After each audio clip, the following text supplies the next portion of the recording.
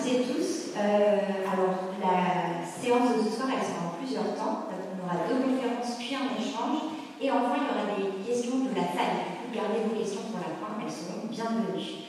Alors, nous accueillons tout d'abord, ce sera un premier temps, Dominique de Fonréau. Merci d'être avec nous ce soir. Alors, vous êtes historienne de l'art, conservatrice du patrimoine et depuis 2018, directrice de la médiation et de la programmation culturelle au musée du Louvre. Vous êtes aussi enseignante à l'école du Louvre et à Sciences Po Paris, et par ailleurs rédactrice en chef de la revue Histoire de l'art depuis 2018. Donc, vous êtes spécialiste de la photographie et du 19e siècle, et vous vous intéressez notamment au lien entre la peinture et la photographie. Donc, vous avez beaucoup écrit, beaucoup organisé d'expositions. Je citerai une qui a lieu actuellement au Louvre-Lens, et ce jusqu'au 20 janvier, qui s'appelle Exil. Dans le catalogue d'exposition, il y a 5 essais qui explorent les relations entre la création et l'exil à travers des œuvres d'artistes issus de toutes disciplines, de toute époque et de toute culture, et vous interrogez les différentes motivations qui poussent des personnes à quitter leur pays. Vous avez aussi écrit le Guide du Louvre paru aux éditions Réunion des musées nationaux en 2023. Et je mentionnerai aussi une série de France Culture qui s'appelle L'art est musée, est-EST. C'est une série de 5 épisodes qui portent sur l'idée de musée universel, sur l'importance des restitutions, sur les artistes dans le musée, sur le public ou encore sur le virtuel dans l'expérience muséale. Et donc vous nous proposez ce soir une conférence intitulée L'ouverture du Louvre au public en 1793, une aventure moderne et révolutionnaire. Je suis ravie de vous céder la parole.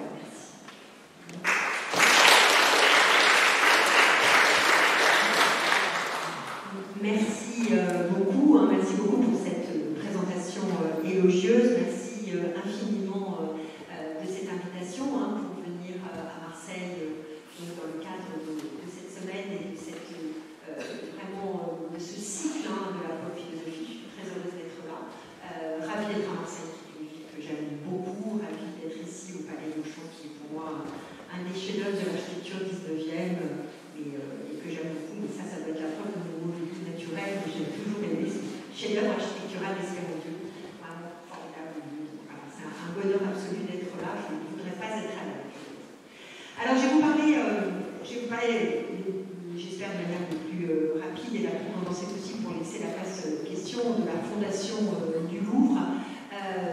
Pour dire quelque chose qui m'est cher et que je dis déjà dans ce titre, le fait que cette fondation du Louvre, elle est moderne et révolutionnaire, c'est-à-dire qu'elle est récente.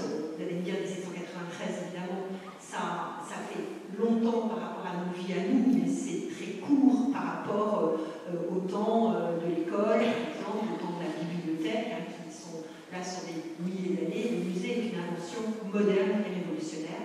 C'est aussi, et je le dis souvent, une des premières décisions, la fondation du Louvre en 1792, une des premières décisions prises par la Convention. Donc c'est une part essentielle de notre démocratie. Il faut avoir à l'esprit que sans cette part-là, que serait notre démocratie? Et je pense qu'il faut aussi l'interroger comme cela. Ce que j'ai coutume aussi de dire, alors j'ai des images qui sont des images que je ne commenterai pas forcément, mais que j'ai apportées aussi pour la beauté, donc c'est pas forcément ce que je commence, mais je vais quand même les mettre. Ce que je veux dire aussi, ce que j'ai coutume de dire, c'est que le Louvre et le musée de façon générale est une utopie, et c'est la petite partie de l'utopie des Lumières qui a été effectivement mise en œuvre, ce qui est rare. On ne peut pas trop parler d'utopie réalisée, mais en tout cas mise en œuvre. Et le musée aujourd'hui demeure une utopie. Et je pense qu'il faudrait éviter de penser et le Louvre et l'institution muséale dans son ensemble comme des lieux solides, comme des lieux dogmatiques, comme des lieux qui pourraient être là de toute éternité. Ce sont des lieux symboliques très forts, des lieux où se rencontrent réels et imaginaires, mais des lieux qui aujourd'hui sont fragiles. J'en voudrais simplement pour preuve que la dernière enquête faite par le ministère de la Culture montre qu'en 2022-2023, 13% seulement des Français hors public scolaire ont fréquenté un musée de beaux-arts. Ce qui veut dire que 87%, je suis nulle en calcul, mais quand même 87% ne sont pas venus hors public scolaire. Donc cette institution est une institution qui nécessite, et ce qui est le cas de la part de l'ensemble, d'être toujours vivifiée, toujours repensée, toujours évoquée au regard de la société d'aujourd'hui. Alors ce Louvre qui se crée, il se crée dans le contexte, et je le disais tout à l'heure, du contexte de l'encyclopédie, et notamment l'article musée de l'encyclopédie, sans doute écrit par Denis Diderot lui-même, et une sorte déjà de programme pour le muséum central qui s'ouvre dans le Palais des Rois de France, donc dans le Palais du Louvre. Le Palais du Louvre, vous le savez sans doute, était déjà un lieu pour les artistes. C'était les rois y avaient vécu depuis longtemps. Louis XIV avait déserté Paris, on le sait bien, après les débuts de son règne effectif, mis à mal par ses souvenirs d'enfance, des enjeux qu'il avait effectivement mis à distance de Paris, de la fronde qu'il avait mis à distance de Paris, et les artistes sont présents. Mais les collections sont accessibles à un petit nombre, et l'objectif, c'est de rendre les collections accessibles au plus grand nombre. Et un point extrêmement intéressant qu'on voit ici dans cette œuvre que je vous montre, utopique, d'Hubert Robert, puisque c'est un projet d'aménagement pour la Grande Galerie, c'est en fait destiné à deux publics, et ça me semble très intéressant. L'un des publics, ce sont les artistes, qui ont accès tout le temps, avec les cartes sociales, mais pas assez de temps. Et l'autre public qui a accès de façon aussi très régulière, ce sont les étrangers. Avec quelque chose d'intéressant de cette idée très forte sur laquelle se fonde notre République, et vous savez que c'est quelque chose sur lequel elle s'est fondée à plusieurs reprises, c'est que la France, d'une certaine manière, donne au monde ce rapport au musée, et que le musée s'ouvre pour toutes et tous, pour chacun et pour chacune, ce qui est une promesse absolument formidable en cette fin du XVIIIe siècle, qui n'est évidemment pas un siècle égalitaire, qui n'est évidemment pas un siècle comment dirais-je, d'un point de vue social, qui est porté par un égalitarisme futile révolutionnaire. Donc ça, c'est un point très important de voir cette motivation d'être tournée vers l'humanité tout entière, ce sont les termes de Boissy d'Anglas, qui vraiment, pour mettre en avant les plus belles collections d'humanité, puisque le Louvre est héritier des collections royales, et que la collection assemblée depuis Charles V, puisque le Louvre conserve des œuvres d'art depuis Charles V, depuis le milieu du XIVe siècle, et juste ensuite François Ier, Henri II, et bien sûr, on sait bien, Louis XIV, mais aussi Louis XV et Louis XVI. Louis XVI, qui n'est pas souvent très considéré, a aussi réuni une collection d'œuvres d'art tout à fait importante, notamment Louis XVI a été, dès avant le XIXe siècle, celui qui a renoué le goût pour la peinture hollandaise, celle de Rembrandt notamment, et pour la peinture florale. Donc, un acte fondateur très fort et un acte, encore une fois, moderne et révolutionnaire. Un point essentiel, et qu'on va voir dans les quelques diapositives que j'ai vous apportées, c'est que ce lieu se déploie dans l'ancien Palais des Rois de France et en conservant en partie les décors. Là ici, c'est une vue réelle de la Grande Galerie en 1793, en installant des antiquités grecques dans la salle de bal Henri II, des antiquités romaines dans les appartements de l'Autriche, des antiquités égyptiennes sous les plafonds commandés par Charles X. Donc c'est vraiment un lieu qui se crée comme un terrain d'aventure, un espace d'exploration, une école du regard, qui invite chacune et chacun, dès le départ, ce qu'on voit à la fois dans cette peinture ici de Robert, ou dans celle-ci de la Rotonde de Mars, ou celle qui est juste à côté qui montre le musée de Charles X, où chacune et chacun peut concevoir son propre parcours, dessiner ses propres voies, toujours au Louvre. En disant ça, et je le dis en ayant en tête notre appel aujourd'hui, j'aimerais tout à l'heure, je veux souligner combien l'universalisme du Louvre n'est pas un dogme, n'est pas une dictature, n'est pas quelque chose qui devrait s'enseigner, mais une aspiration, un désir partagé, avec quelque chose de très fort dans le musée aujourd'hui, et je parle du Louvre, je parle aussi de l'ambition muséale de la France, et de l'ensemble des musées, y compris celui-ci dans lequel nous sommes, le musée est resté fidèle à l'ambition formidable de l'universalisme de ses visiteurs et de ses visiteurs. Aujourd'hui, toujours, le Louvre, comme le musée, a vocation à accueillir toutes et tous, quelle que soit leur origine et leur lieu de naissance. Et c'est quelque chose, vous savez, qui est une réalité éprouvée chaque jour dans les galeries du Louvre, parfois éprouvée de manière difficile. Je pense que Françoise nous parlera un peu de la difficulté de voir et trouver son chemin dans les galeries du Louvre, mais malgré tout, ce postulat-là d'être ouvert à toutes et à tous en un lieu, en une époque où il y a peu de rassemblements, peu de lieux de célébration partagée, me semble extrêmement important. Le musée, on demeure de ce point de vue-là fidèle à son utopie de départ. On le sait bien, les églises et les cultes sont plutôt désertées. J'en ferai le reproche à personne, je participe sans doute à ces certifications, donc voilà, c'est comme ça. C'est un état de fait. Et les lieux publics sont souvent fermés. Il y a peu de lieux de rassemblement qui soient ouverts quasiment tous les jours. Un des rares, c'est effectivement le musée, et notamment le musée du Louvre. Ce qui me semble aussi fondamental, et qu'on dit peu parce qu'on a rapporté trop souvent le musée a simplement un rôle d'éducation et d'enseignement qu'il a bien sûr aussi, c'est que, et ça c'est une des phrases aussi prononcées par Boissy Douglas devant la Convention, c'est que le musée s'ouvre pour l'enseignement et pour ce qu'il appelle à l'époque la délégation esthétique, et que j'aurais tendance, moi, à traduire sous le terme de plaisir. Anne, c'est bien comme le substitut divertissement sur lequel nous sommes depuis local entre nous très contents. Moi, j'aime bien le plaisir, parlons de désir, ce ne sont pas des gros mots, je pense. Et le musée, dès le départ, fonde, et ça me semble extrêmement important aussi dans sa démarche de création, le plaisir de la découverte, le plaisir de l'émerveillement, le plaisir de la rencontre. Et ce plaisir-là, c'est la rencontre à la fois avec les œuvres d'art, avec les autres, parce que le musée est un lieu de rassemblement, mais aussi, me semble-t-il, avec soi-même. Toujours important est héritier ce Louvre qui se fonde, et qui aujourd'hui reste fidèle à cette fondation. Le Louvre est bien sûr héritier des conceptions esthétiques et des goûts artistiques qui l'ont précédé. On trouve au Louvre, au départ, vous savez, la collection de peinture qui a été rassemblée, je le disais tout à l'heure, depuis les rois de France, depuis Charles V et en particulier, surtout évidemment, François Ier, son fils Henri II, Antoine XIII, et surtout Louis XIV, qui n'est pas un descendant des Médicis pour rien quand même, ça pour être honnête de ce point de vue-là, il est évidemment très fidèle à son hérédité italienne, et ensuite évidemment de ses descendants. Donc une collection de peinture formidable, absolument exceptionnelle, de peinture notamment italienne mais aussi française, absolument exceptionnelle. Et puis une collection qu'on appelait d'antique à l'époque, et qu'on a vu tout à l'heure, je vais revenir en arrière, notamment dans la rotonde de Mars, dans la rotonde de Mars, où on voit aussi un peu plus loin, ici, dans cette très belle vue, les appartements d'Anne d'Autriche avec les antiquités romaines.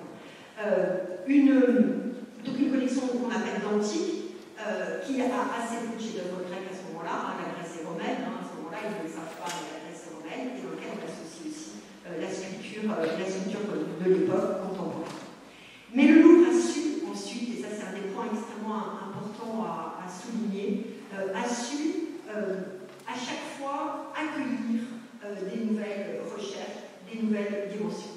Je vais citer quelques exemples, parce que ça nous emmène trop loin. Par exemple, un exemple qu'on a bien en tête, qui est celui du rapport à l'écriture. Le Louvre et le musée de l'écriture. Le musée où se déchiffre l'écriture, c'est un musée d'ailleurs d'histoire, plus qu'un musée de préhistoire, même si on a quelques œuvres antérieures à l'écriture. Mais pendant longtemps, cette invention d'écriture, elle reste une sorte d'aspiration un peu poétique, c'est-à-dire c'est celle qu'on a lue dans la Bible, c'est celle qu'on a lue dans l'Odyssée, mais on ne sait pas grand-chose sur ce développement d'écriture. Il faut attendre en fait les fouilles du début du XXe siècle pour que les premières tablettes arrivent en nombre, les premières tablettes uniformes arrivent en nombre, dont on savait, dont on avait l'intuition déjà par les fouilles de Korsava et aussi par la Bible, mais arrivent en nombre. Il faut attendre les années 1910-1915 pour qu'elles soient déchiffrées. Donc c'est tard par rapport au on est 1793, 1815, on a passé plus d'un siècle. Et quand elles arrivent et quand on arrive à les déchiffrer, il faut faire de la place à ces œuvres-là parce qu'elles n'étaient pas prévues comme telles. Et le Louvre est capable de faire la place donnée à cela, à toujours bouger, à toujours toujours accordé.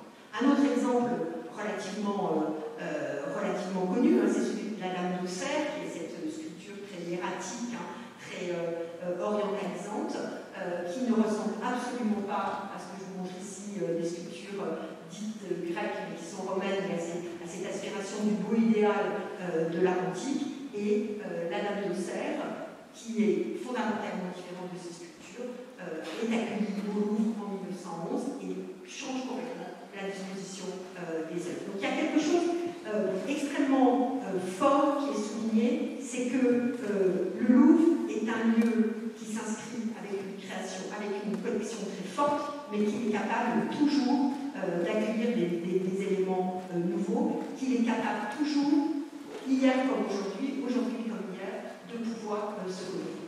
Ce qui veut dire que pour moi, le Louvre, comme le musée de façon générale, accueille ce que j'appellerais une actualité d'hier, une actualité d'aujourd'hui et une actualité de demain.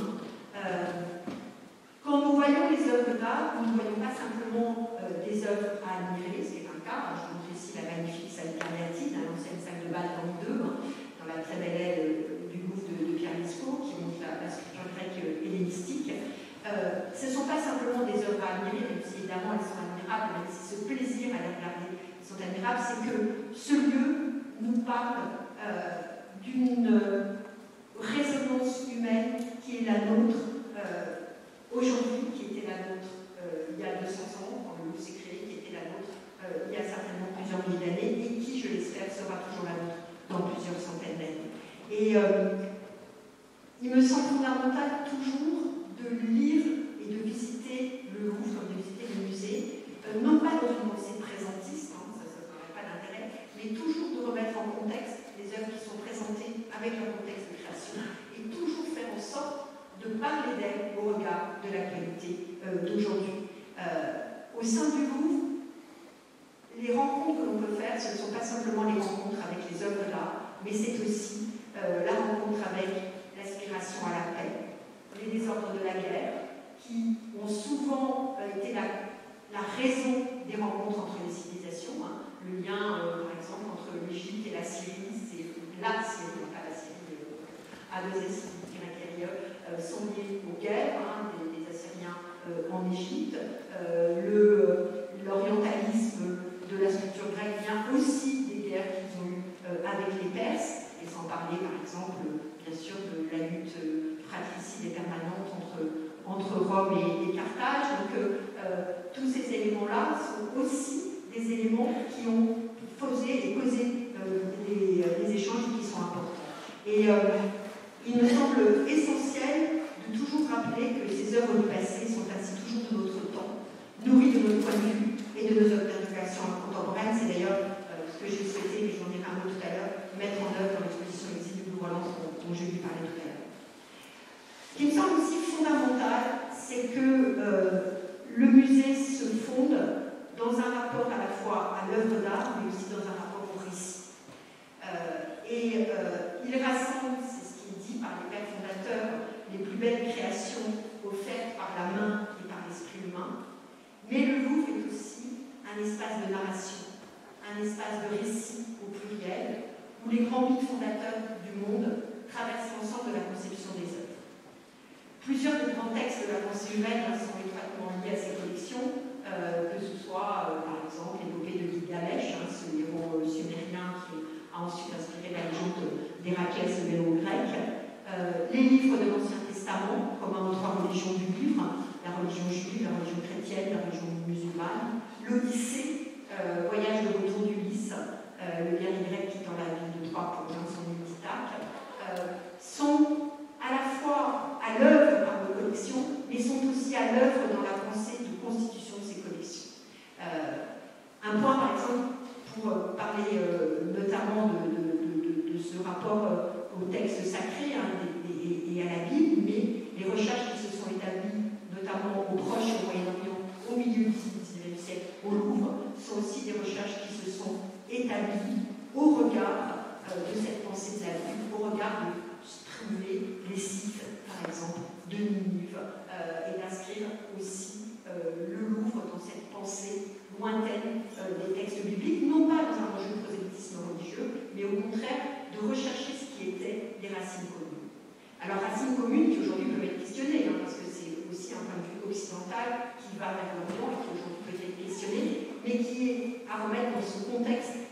l'écriture de récits.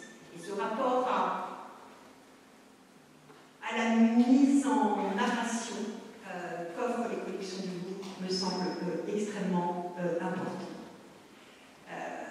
Je le disais tout à l'heure, et ça me semble absolument essentiel, c'est que dans ce rapport à l'art, on touche ici non pas quelque chose qui est simplement de l'ordre de la création artistique, et d'ailleurs c'est ce qui était vraiment à l'œuvre dans la fondation du Louvre, mais on pense aussi finalement aussi l'origine de l'humanité comme création artistique, ce qui est le cas dans beaucoup de mythes. Et de ce point de vue-là, dans cette création du Louvre, il y a le rappel des qualités esthétiques même de la création de l'humanité, d'essayer de trouver là, dans ce rapport aux œuvres qui sont présentées, quelque chose qui tient aussi à la conception de la beauté, à la conception de la beauté humaine et humaniste. Je le disais tout à l'heure, les limites temporelles du musée, les bords géographiques, ces canons esthétiques ont été bouleversés au fur et à mesure des découvertes. Pendant longtemps, si je reviens à cette image-là, la Grèce était romaine, on ne le savait pas, et il a fallu l'arrivée de la Vénus du Vélo en 1821 au Louvre pour avoir une structure réellement grecque. En 1827, le Louvre établit un département consacré aux antiquités égyptiennes dirigé par Jean-François Champollion, le déchiffreur de l'écriture hiéroglyphique. J'en parlais tout à l'heure, en 1847, l'arrivée des vestiges architecturaux et sculptés de Khorsabad, du palais de Saint-Bondeux à Khorsabad, fondent les prémices d'une collection d'antiquités orientales.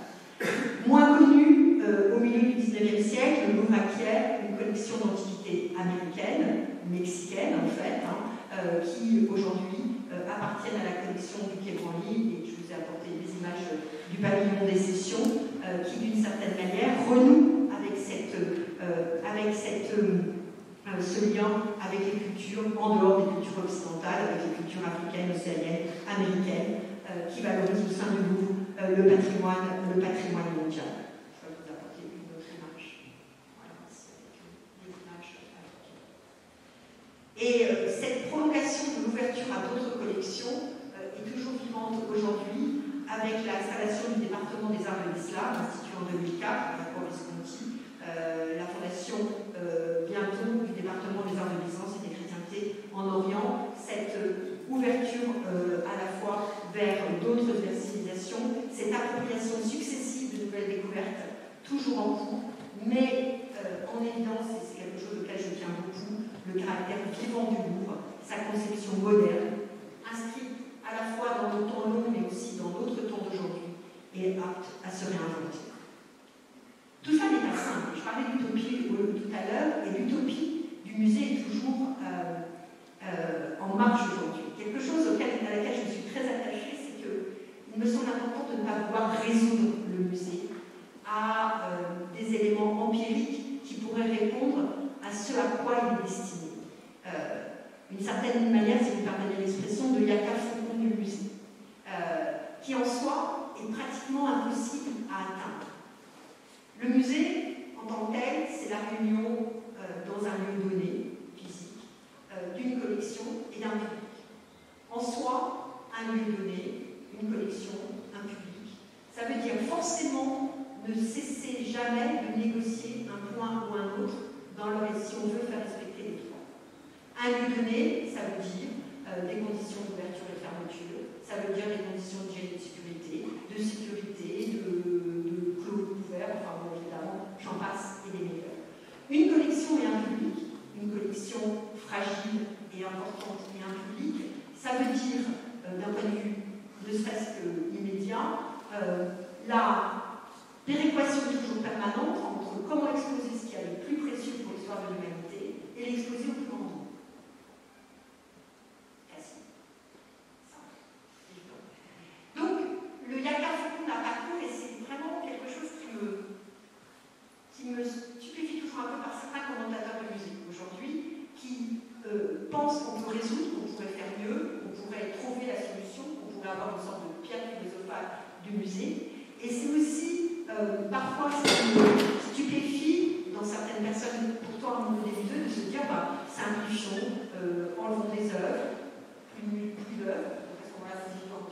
ou en lance des visiteurs, public, à ce moment-là, pas de problème, les conservateurs.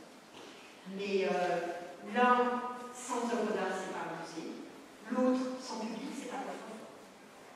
Et on revient à ce que dénonçait Denis Diderot ou la France entière au milieu des années 1750. Et c'est pour ça que quand je parle d'utopie, c'est une utopie qui est toujours là, et sur laquelle il ne faut pas se tromper, et qui est une utopie qui nous pousse toujours à la fois à réinventer, à faire mieux, à imaginer autrement, sans pourtant évidemment briser, comment dirais-je, ce qui a fondé le musée. Plusieurs, par rapport à cette fondation du Louvre généreuse, utopique, révolutionnaire, politique. Politique, hein, elle est un agent évidemment au sens fort de la politique révolutionnaire, mais elle est un agent au sens fort aussi de la politique, ensuite de la restauration. Hein. Je dis souvent que la date de fondation du Louvre, c'est peut-être 1793, mais c'est aussi 1816, quand le comte de Provence est devenu Louis XVIII, décide de conserver une création qui a été une création décidée par des régicides qui ont tué son propre frère. L'entente entre les frères n'était pas excellente, mais néanmoins, le fait est, c'est que en 1816, il décide de conserver, de développer ce musée. Alors qu'on aurait très bien pu penser le contraire, après tout, le musée n'avait à ce moment-là pas beaucoup, hein, il y a la peine une vingtaine d'années, c'était facile de pouvoir le mettre avant. Ou autre date de naissance importante, 1855, et la réflexion par Napoléon III de l'ensemble du Louvre par l'architecture de Lefebvre. Ou encore, autre date plus récente, 1989, l'ouverture de la galerie de Play choisie par François Mitterrand. Donc, le lieu est un lieu politique, évidemment politique et inscrit dans ce politique, mais aussi politique dans l'inscription, évidemment, comment dirais-je, de la confrontation entre l'institution et son public. Aujourd'hui, il me semble que plusieurs éléments, et je vais essayer d'être assez bref pour les souligner, questionnent toujours le Louvre et questionnent le musée. Le questionnement de l'universel, ce postulat de l'universalisme du Louvre, qui peut sembler aujourd'hui limité au seul prisme occidental et qui interroge, qui questionne, qui bouleverse.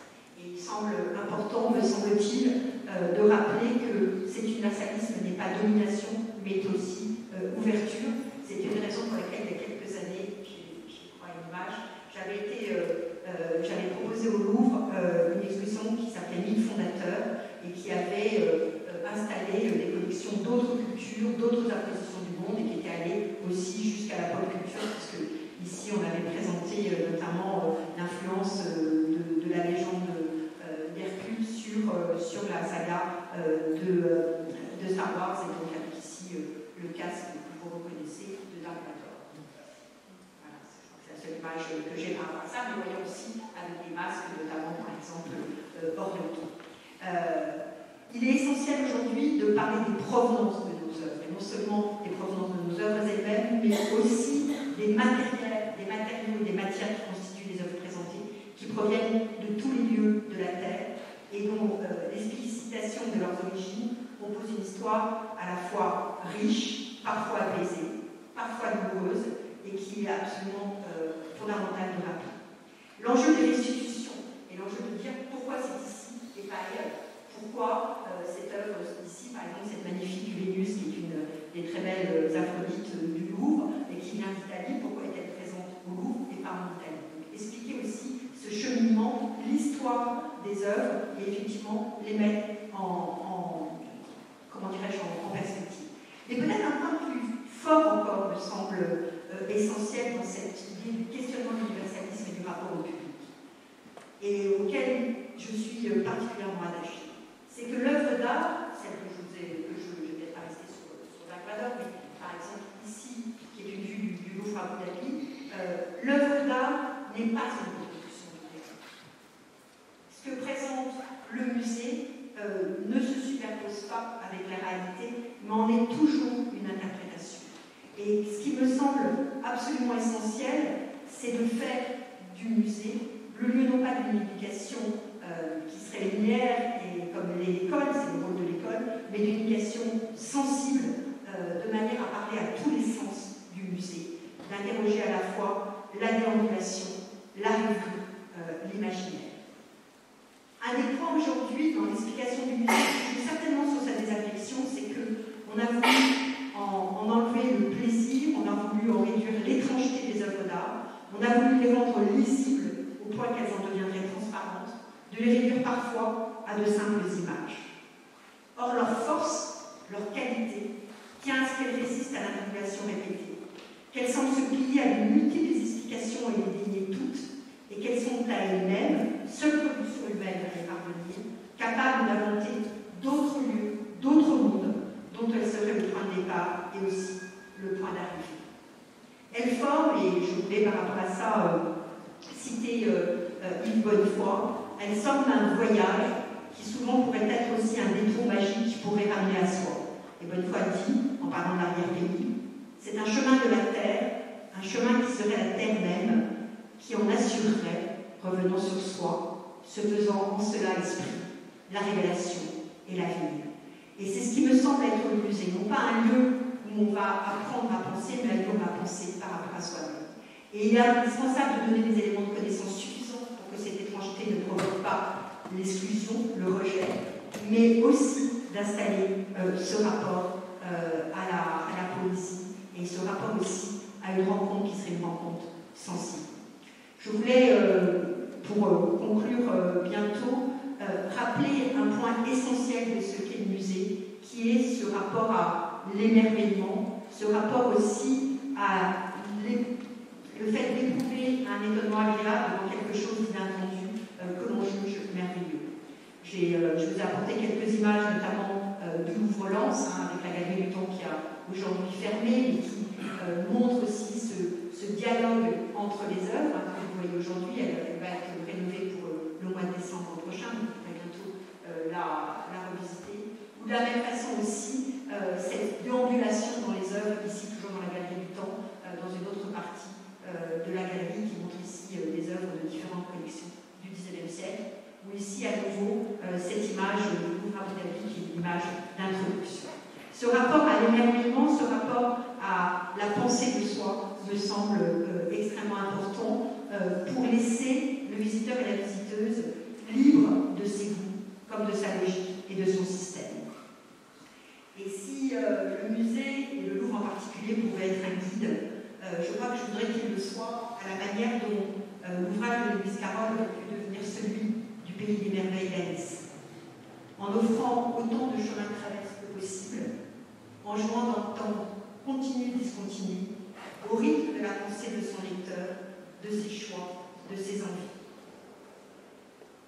Un livre donc, dont le lecteur, comme le visiteur, comme l'Alice de Carroll au Pays des Songes, pourrait être l'acteur et le héros. Et il lui serait assez possible, en finalement déambulant dans les galeries, de s'arrêter à celle la plus proche possible de son humeur, de son temps, de son goût, de sa quête du moment, et de se laisser arrêter et attirer vers les arrière-pays, comme le disait Godefroy tout à l'heure. Alors juste pour finir, dans le renouveau du musée, plusieurs choses entreprises récemment et qui me soulignent la capacité de métamorphose du musée. Une opération que j'avais menée il y a quelques années au musée de la Croix avec la fondation Lilian Thuram pour la lutte contre le racisme et qui est toujours fidèle à ce que je disais au musée de la Croix, donc toujours fidèle à ce que je disais de l'ouverture révolutionnaire et moderne du musée et avec cette idée d'inviter une lecture différente portée par la Fondation sur les œuvres en les mettant en perspective par rapport à la réception aujourd'hui. Vous voyez ici par exemple la copie des partagée par Fantaratou ou un portrait d'oriental par Riesner ou un casque peint par Delacroix. Donc une opération une manifestation qui avait visé à installer le musée en attirant des personnes qui ne venaient pas, et notamment beaucoup de jeunes gens et de jeunes filles qui étaient inscrits dans des clubs de sport, qui ne viennent pas au musée, parce que toute une partie de ceux qui viennent pas sont souvent des personnes de ce point-là qui ne savaient pas que le musée même existe, et ça a été vraiment un moment de rencontre très fort et qui permettait d'être fidèle à cette utopie du rapport à toutes et et à tous, et de cette ouverture à tous et à tous. Et puis, je le mentionnais tout à l'heure, une exposition Exil qui associe au Louvre-Lens jusqu'au 20 janvier à la fois des œuvres anciennes et des œuvres récentes dans une perspective de la création artistique et dans ses rapports à l'exil, non pas comme une exposition d'actualité, mais une exposition de toutes les actualités, comme je disais tout à l'heure, le fait que le musée s'inscrive dans une actualité qui est à la fois une actualité d'hier, d'aujourd'hui et sans doute aussi de demain, et où sont associées des collections du Louvre, comme par exemple le déluge de Carache, et des collections contemporaines comme cette œuvre de Barthélemy. Et une autre image qui est ici, et qui montre des œuvres de différentes périodes et de différentes origines, notamment cette œuvre de Gabriela Barrios et cette œuvre artiste chilienne et cette œuvre de Sally Gabori, artiste australienne aborigène. Pour conclure, ce que je voulais dire, c'est que le musée est aujourd'hui un lieu fort de cette fondation révolutionnaire et moderne, un lieu fort de cette utopie, mais un lieu mis à mal par sa compréhension, par la compréhension qu'on en a aujourd'hui, me semble-t-il, dans le monde, un lieu qui nécessite, je pense, d'être toujours remis au goût du jour, comme le font la plupart des musées, qui nécessite aussi d'être souligné dans sa dimension sensible, dans sa dimension d'accès. Et je voulais peut-être, en concluant cette intervention, rappeler combien le musée offre un voyage dans le temps et dans l'espace, et que d'une certaine manière, il est le lieu profond de la métamorphose, de nos métamorphoses. Et je voulais simplement conclure en citant Rilke dans les poèmes à Orphée. Or un arbre monta, pur élan de lui-même, Orphée chante, quel arbre dans l'oreille, et tout se tut, mais ce silence était lui-même un renouveau, signe métamorphose de soi-même au musée, du musée dans la société, et des œuvres d'art mises à disposition vers toutes et tous, comme le promettait déjà en 1793 le muséum impérial, le muséum central au sein du Palais des Rois de France. Merci.